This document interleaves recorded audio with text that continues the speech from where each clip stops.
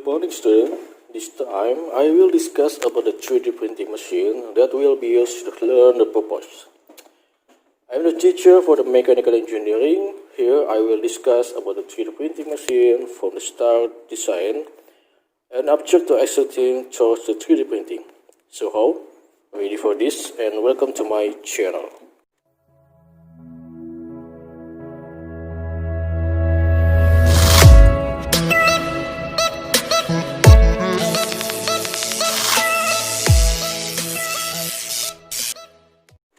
Okay, first we can turn on the switch and then press the power button to turn on and wait.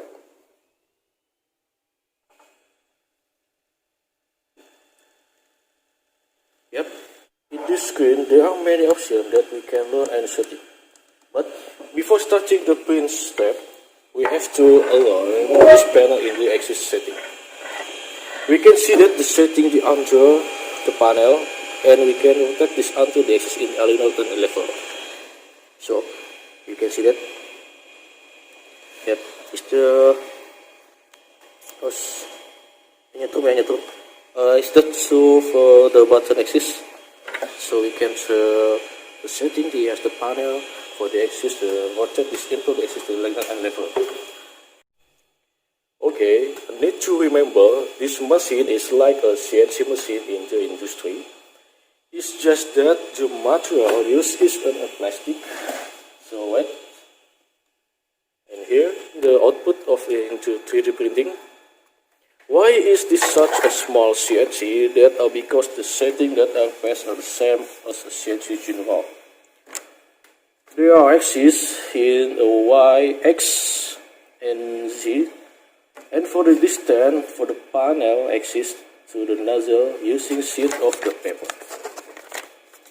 So we cut the paper in the middle of the nozzle and panel like this. This to X,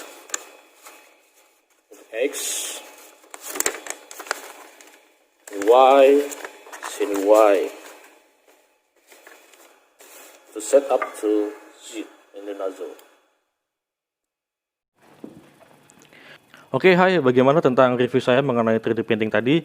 Nah, ini adalah mesin 3D printing yang dibeli oleh sekolah untuk kebutuhan siswa teknik perancangan gambar mesin dalam output yang biasanya digambar melalui 2 dimensi, sekarang bisa kita aplikasikan melalui 3 dimensi.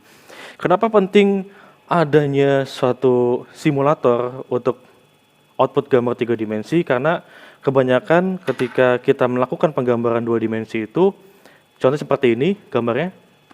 Nah, dalam bawaan imajinasi siswa-siswa yang dasar atau siswa yang baru mengenal mengenai teknik perancangan gambar mesin, itu kurangnya daya tangkap untuk mengetahui gambar apakah yang sedang digambar dan seperti apakah tampaknya ketika sudah jadi. Jadi mesin 3D printing ini adalah untuk membantu bagaimana output penggambaran itu ketika jadi, ya sama seperti industri. Jadi di industri itu siswa itu merancang pada sebuah komputer, lalu rancangan itu akan diaplikasikan atau akan dibuat pada bagian produksi. Nah, rancangannya macam-macam, ada yang pakai program AutoCAD, ada yang pakai SolidWorks, ada yang pakai Mastercam. Pada Mastercam bagi siswa yang sudah belajar, mereka sudah melihat tentang pemrograman, ya, pemrograman dari G-code, pemrograman tentang tipe mesin latte dan mesin milling. Tapi baru dipelajarin mengenai latenya. Untuk millingnya nanti masih dalam tahapan penghabisan KD dulu, ya. Jadi setelah siswa melakukan penggambaran dari Mastercam, kemudian muncul suatu G-code-nya, mereka simulasikan atau mereka aplikasikan dari G-code itu, lalu G-code itu akan ditransfer ke dalam mesin CNC industri. Ya, seperti ini mesinnya. Nah, dalam mesin-mesin inilah yang akan menciptakan satu part-part atau komponen-komponen kecil mesin pada umumnya seperti persneling, seperti blok mesin, dan seperti mesin-mesin lainnya yang akan dipecah kemudian disambungkan ke dalam satu mesin assembly. Nah, jadi outputnya 3D printing ini sama seperti CNC tadi, hanya saja bahan yang dipakai untuk si 3D printing ini yaitu plastik filamennya, ini plastik seperti ini, ya.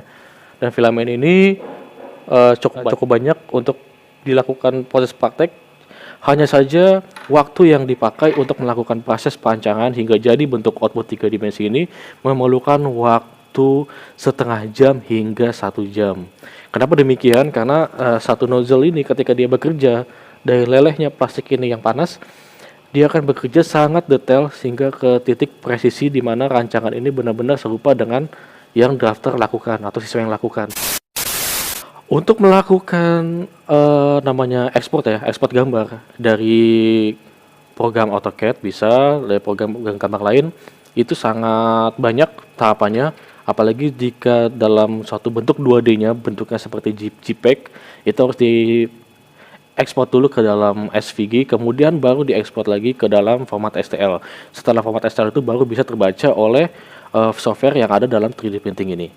Oke, jadi seperti itu review tentang 3D printing. Next saya akan mencoba membuat suatu rancangan.